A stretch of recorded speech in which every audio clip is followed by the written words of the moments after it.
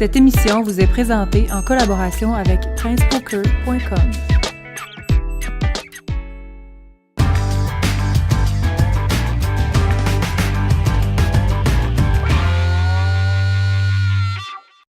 Il y a un autre événement qui a capté mon attention cet été. Ça a été le début du procès de l'affaire de LTPQ ou de poker management, pas gestion poker management. Je pense que c'est ça. Gestion Poker Tour, puis il y a Poker Trail Management. Exact, Poker Trail Management. Bon, c'est un dossier extrêmement complexe. Hein? Ah, Seigneur. Écoute, ils ont mis là, en ligne là, une couple de documents, des dépositions, des témoignages, entre autres. Il y a eu le témoignage de Marcel Croux, qui était l'ex-premier vice-président d'Auto-Québec. Il y a eu aussi l'interrogatoire d'Alain Brosseau, qui est l'ex-directeur affaires du jeu en ligne à l'Auto-Québec. Ouais. Il y a eu aussi André Boyer qui a fait un témoignage, une déposition officielle. En tout cas, bref, il y avait de la documentation, il y avait des pages à lire. Je les ai pas toutes lues. Ben moi, je les ai toutes lues. Ah mon Dieu, tu t'es tapé de ça? Ah, quel bonheur! Ah ouais, j'imagine. Avec 3-4 cafés.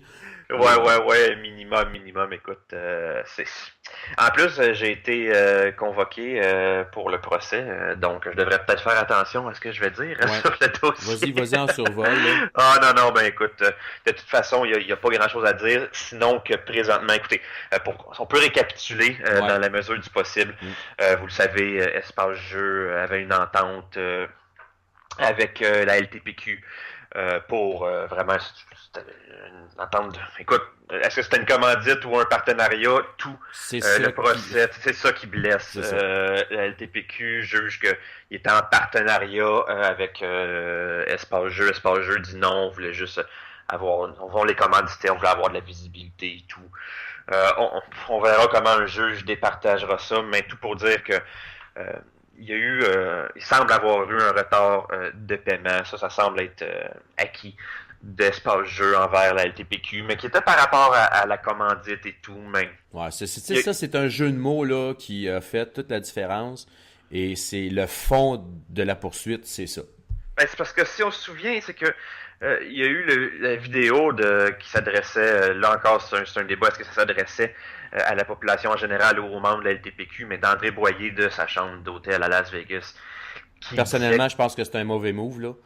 Tu brosses pas ton linge sale en public. Je pense que tout le monde, y compris lui, est d'accord que c'est un mauvais move, mais ça a été fait, puis ça fait partie de la réalité. Mais écoute, qui disait qu'il y avait plus, à cause d'un retard de paiement, il pouvait plus honorer des voyages à Las Vegas que les joueurs avaient gagné.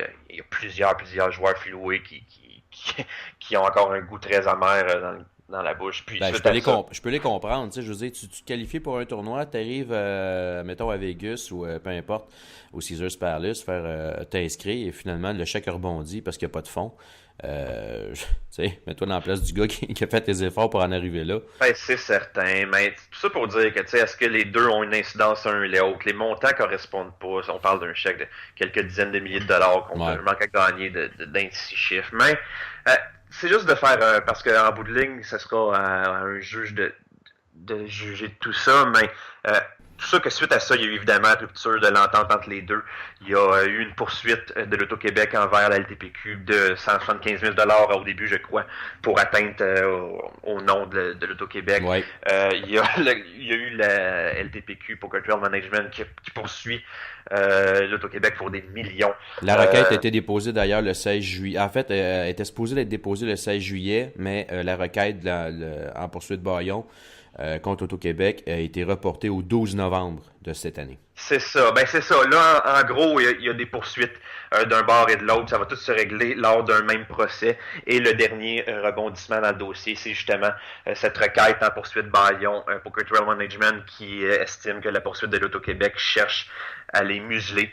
Et non, que c'est pas légitime. Le procès est supposé débuter en janvier 2015, et là, ça a été reporté en novembre. Donc, on verra si ça va être accepté comme poursuite Bayon. Si tu veux mon avis, mon humble avis, je te dirais qu'il y a aucune chance, mais voilà. C'est ça. On pense à la même affaire, je crois. Ben, c'est ça. Donc, c'est ce qui va se produire en novembre, puis suite à ça, on s'attend à un procès en janvier.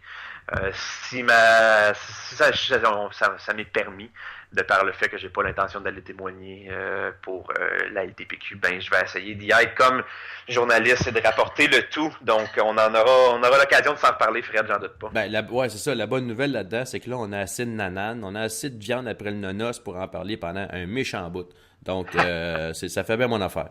Ah, puis si vous êtes intéressé, le groupe Justice Publique sur Facebook publie les différents documents relatifs à la cause. Il y a des bouts rigolos, honnêtement, pour ceux qui ont suivi ça. C'est une lecture qui peut être lourde par moment, mais qui peut aussi être fort divertissante. C'était Radio Poker, la radio numéro 1 du poker sur le web.